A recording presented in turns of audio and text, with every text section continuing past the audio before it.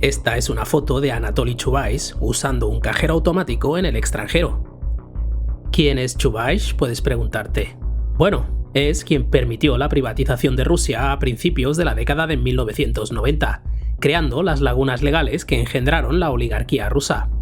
Chubais luego puso a Putin en el poder y promovió la política de pasaportes de Rusia, una herramienta para la presión extraterritorial, la intervención militar y la política exterior. En otras palabras, Chubais es uno de los arquitectos sociopolíticos de la Federación Rusa. Aparte de Putin, ninguna otra persona es más responsable del chauvinismo y el etnonacionalismo del Kremlin. Nadie comprende Rusia y su sutil funcionamiento interno mejor que Chubais. También es el funcionario de más alto rango que desertó del gobierno de Putin y abandonó su país. Así que, ¿de qué está escapando el arquitecto del Estado ruso? Chubais está corriendo mientras todavía puede. Así que, hablemos de eso, porque esta es una revolución que no va a ser televisada. Soy Rafael González y te doy la bienvenida a Historia Geopolítica. Espero que al final de este vídeo me haya ganado tu me gusta y suscripción.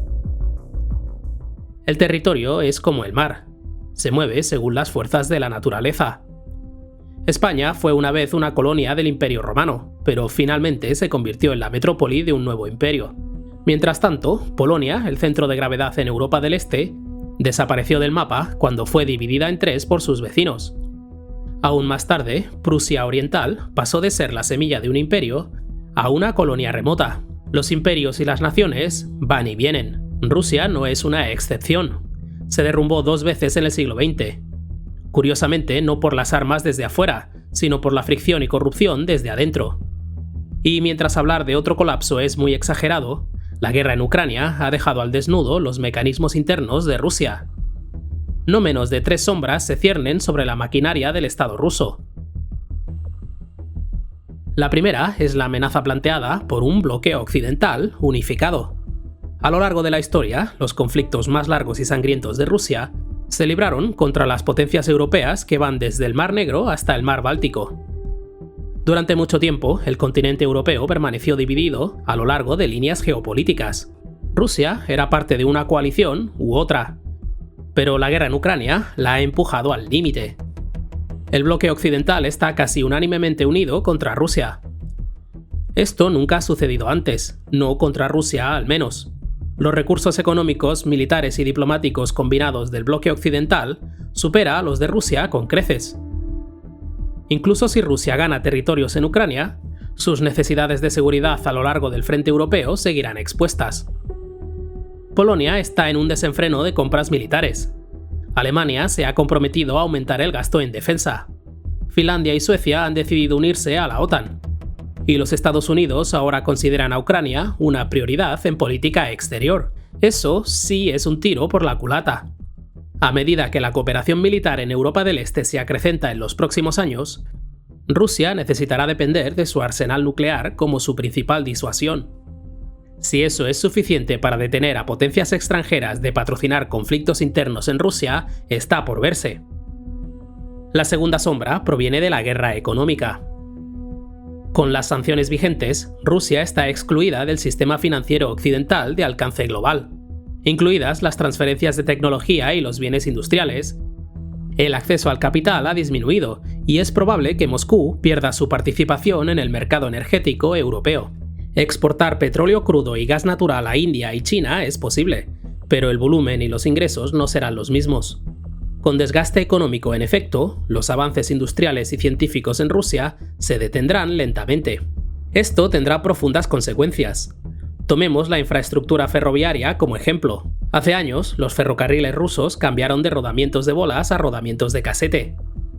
Fue una decisión técnica que mejoró la vida útil y la seguridad de sus vagones. Sin embargo, todas las plantas de producción de rodamientos de casete en Rusia son propiedad de multinacionales extranjeras.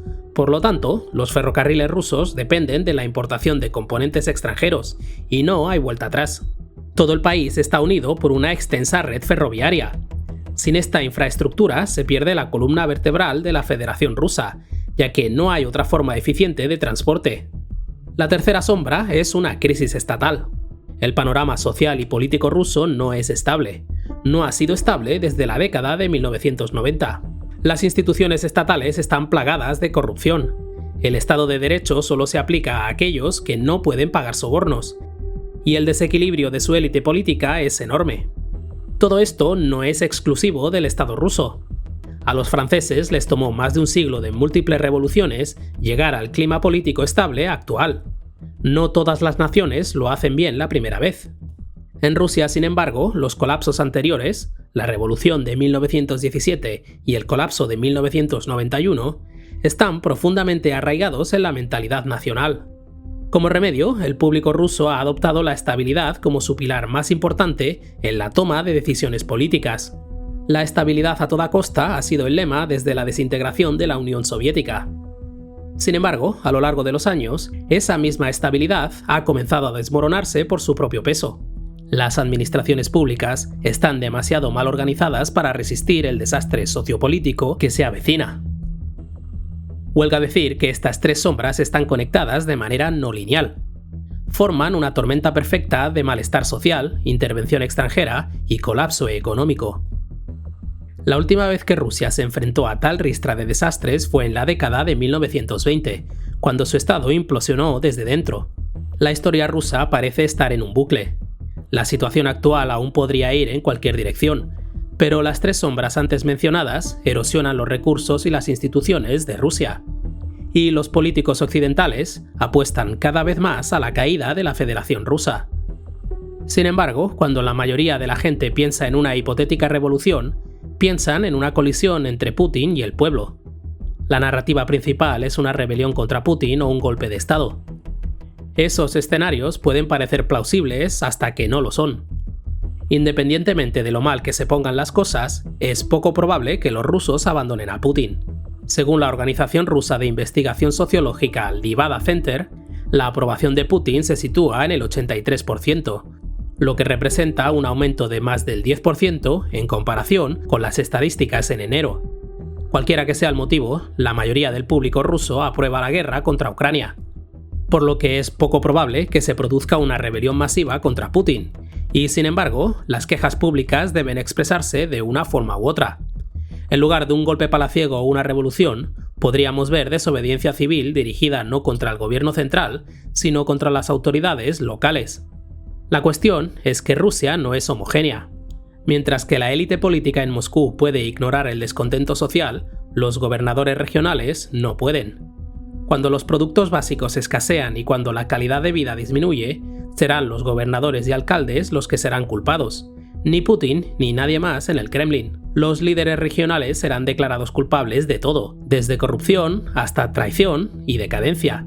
Por eso, lo que está sucediendo aquí y ahora es que las autoridades regionales de Rusia se están abasteciendo de suministros y alimentos tanto como pueden. Cuando los recursos se vuelvan más difíciles de conseguir, las regiones federales podrían comenzar a desoír a Moscú. No declararán la independencia, pero comenzarán a actuar por el interés de sus respectivas regiones. Incluso si eso se produce a expensas de otras regiones federales. Imagina controles fronterizos regionales, embargos disimulados, etc. Así es como se produciría un hipotético colapso ruso.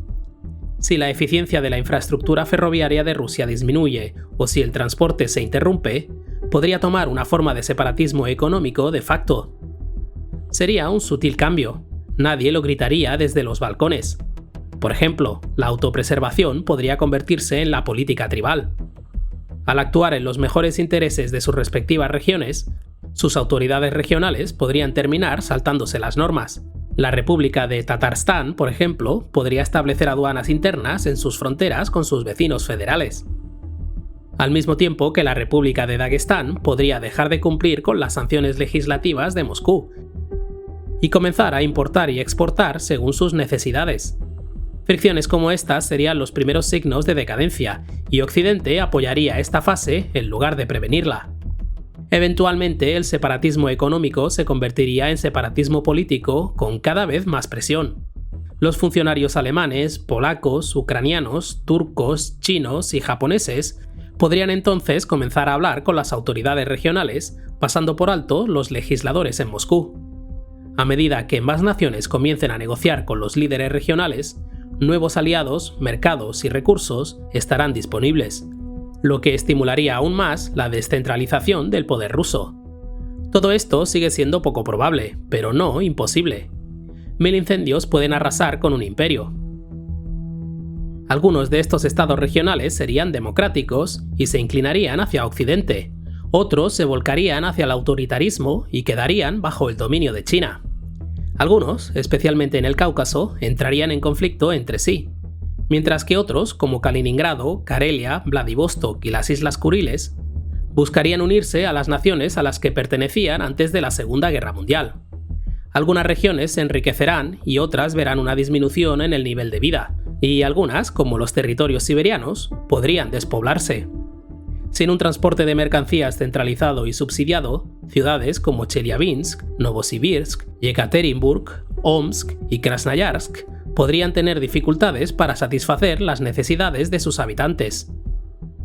El colapso de Rusia sería el evento geopolítico más grande del siglo. El peligro final provendría del arsenal nuclear ruso. Si la cadena de mando rusa colapsa y su integridad territorial se rompe, sería casi imposible salvaguardar todos los hilos nucleares de Rusia. Actores no estatales, las facciones rebeldes y los señores de la guerra regionales buscarían obtener armamento nuclear. Una sola arma nuclear perdida sería una catástrofe. Probablemente se establecería un grupo internacional tras el colapso de Rusia, pero la cuestión nuclear presentaría una amenaza extraordinaria. Una vez más, el colapso de Rusia sigue siendo improbable, pero si sucede, no será como Yugoslavia. No habrá una sola revolución en la capital, sino que el colapso de Rusia imitaría la sutil y silenciosa caída del Imperio Romano, con todas sus divisiones étnicas y geográficas. Cuando Putin comenzó la guerra, planeaba enterrar al Estado ucraniano. Ahora parece que tendrá que cavar 2 tumbas. Esto ha sido Historia Geopolítica con Rafael González. Un fuerte abrazo a los mecenas que me apoyan en mi independencia informativa. Muchas gracias por tu visita y nos vemos en el futuro.